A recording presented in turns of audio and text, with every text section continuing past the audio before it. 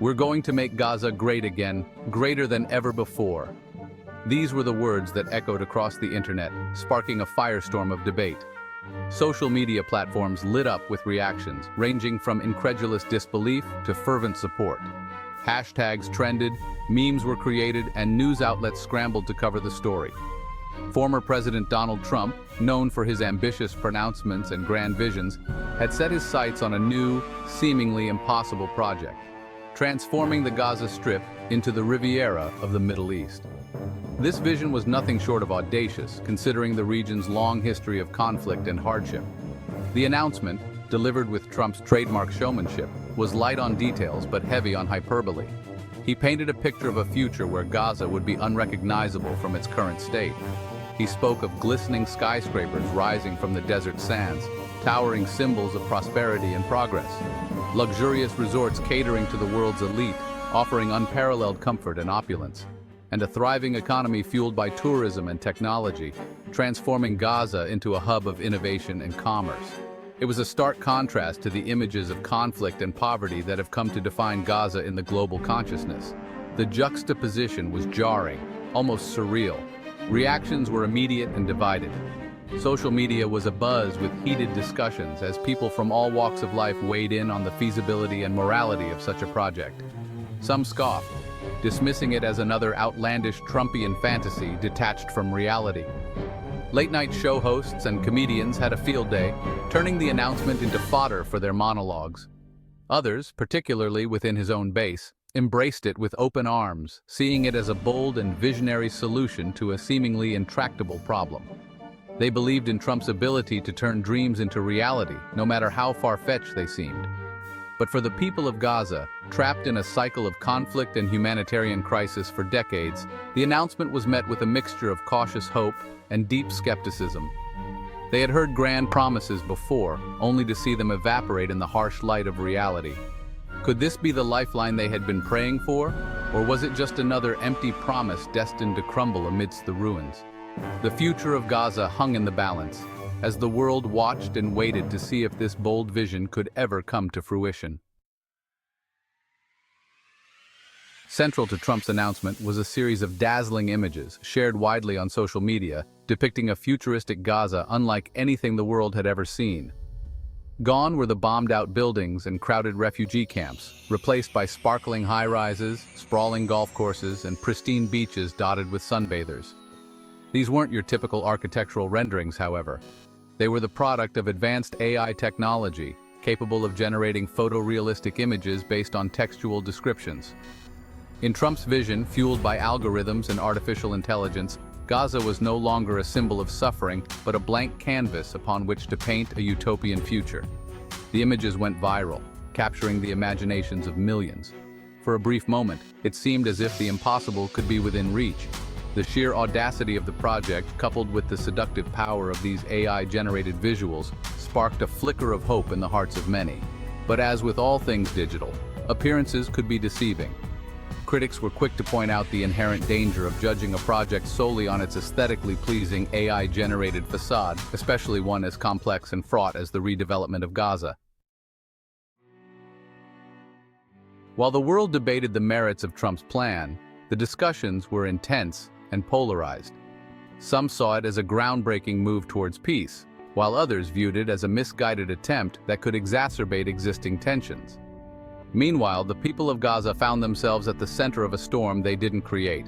Their lives, already fraught with challenges, were now further complicated by external forces beyond their control. Interviews with residents revealed a complex tapestry of emotions, a glimmer of hope for a brighter future, a future where their children could grow up in peace and prosperity. Yet, there was also deep skepticism born from years of broken promises, a skepticism that was hard to shake off. Many had seen plans come and go, with little to no improvement in their daily lives. And then there was the simmering outrage at the audacity of proposing such a radical transformation without their direct involvement. The feeling of being sidelined in decisions that would drastically affect their lives was palpable. Some welcomed the idea of investment and development, seeing it as a beacon of hope. They were desperate for any relief from the crippling poverty and lack of opportunity that had plagued their community for so long. The daily struggles of life in Gaza were a constant reminder of the need for change. For these individuals, any promise of improvement, no matter how uncertain, was worth considering. Others, however, saw it as a form of technological colonialism, a top-down imposition of a foreign vision that failed to acknowledge their history, culture, and lived experiences. They feared that the essence of Gaza would be lost in the process. The rich cultural heritage and traditions of Gaza were not something that could be easily replaced or overshadowed by modern developments. The traditional markets, the cultural activities, all held a deep significance for the people. "We are not a blank slate," declared one community leader, his voice filled with frustration. His words resonated with many who felt that their identity and history were being overlooked. "We have a rich history, a vibrant culture, and a deep connection to this land. This connection was evident in the historical sites and cultural celebrations that dotted the landscape of Gaza. You cannot simply erase that with promises of luxury hotels and artificial beaches." The proposed developments, while appealing to some, were seen by others as superficial solutions to deeper, more complex issues. Their concerns were echoed by human rights organizations, who warned of the potential for displacement and dispossession if the project were to move forward without meaningful consultation and consent from those most affected.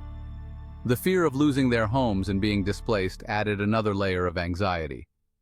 Protests and vocal opposition highlighted the community's demand for a say in their future. The question wasn't just whether Gaza could be transformed, but at what cost and to whose benefit. The plans, while ambitious, needed to be scrutinized for their long-term impact on the local population. The discussions continued, with community members weighing the potential benefits against the possible risks. The future of Gaza hung in the balance, with hope, skepticism, and outrage all playing a part in shaping the narrative. Section 4. Mountains of debris, rivers of money, the logistical nightmare. Beyond the political and ethical considerations, Trump's vision for Gaza faced a mountain of practical challenges. The sheer scale of the task was overwhelming, and experts from various fields were brought in to discuss the logistics. Decades of conflict had left the Strip in ruins, its infrastructure decimated, and its economy in shambles. The streets were filled with debris, and the buildings that once stood tall were now reduced to rubble. Rebuilding it from the ground up, as Trump envisioned, would require an astronomical amount of money and a Herculean logistical effort. The vision was grand, but the reality on the ground was starkly different. Experts pointed to the sheer scale of the task, clearing mountains of rubble, rebuilding roads, and restoring basic services. The process of clearing the debris alone would take months, if not years. Hospitals and schools. These were not just buildings, they were lifelines for the people of Gaza. Rebuilding them was essential for any semblance of normalcy to return. Ensuring access to clean water and electricity, the list seemed endless. The water purification facilities and electrical infrastructure were in dire need of repair, and without them, daily life would remain a struggle. Even with the most optimistic timelines, it would take years, if not decades, to lay the groundwork for the kind of transformation Trump had promised. The planning meetings were filled with charts and graphs, each one highlighting the enormity of the task ahead. Then there was the question of funding. The financial experts were in constant discussion, trying to figure out how to secure the necessary funds. Where would the billions, if not trillions of dollars needed for such a massive undertaking come from? International aid conferences were held and financial investment discussions were ongoing, but the answers remained elusive.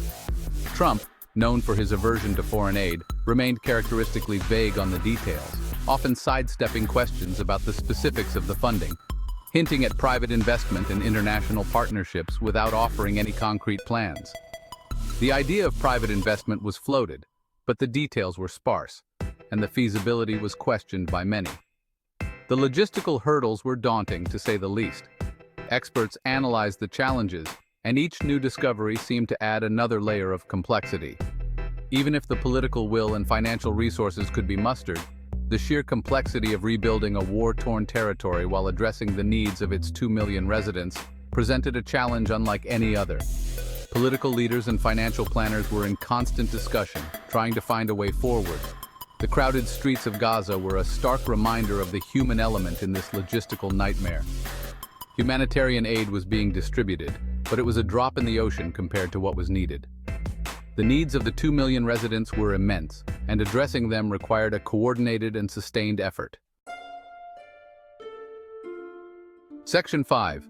Erasing the past. Cultural identity in the face of luxury. The proposed transformation raised profound questions about cultural identity and the preservation of history. Gaza, with its ancient roots dating back to the Philistine era, is home to a rich tapestry of cultural heritage sites, from the ruins of Roman settlements to medieval mosques and Ottoman-era caravanserais. Critics argued that Trump's vision, with its emphasis on modern architecture and luxury tourism, risked steamrolling over this irreplaceable heritage.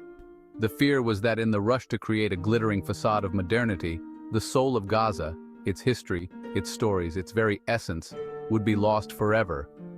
"You cannot build a future while erasing the past," warned one archaeologist, her voice heavy with concern. "These sites are not just stones and mortar, they are the physical embodiment of our history, our identity. To destroy them in the name of progress would be a tragedy of unimaginable proportions." The debate highlighted the tension between modernization and preservation, between embracing the future and honoring the past. Was it possible to reconcile these seemingly contradictory impulses, or was Trump's vision destined to come at the expense of Gaza's cultural heritage?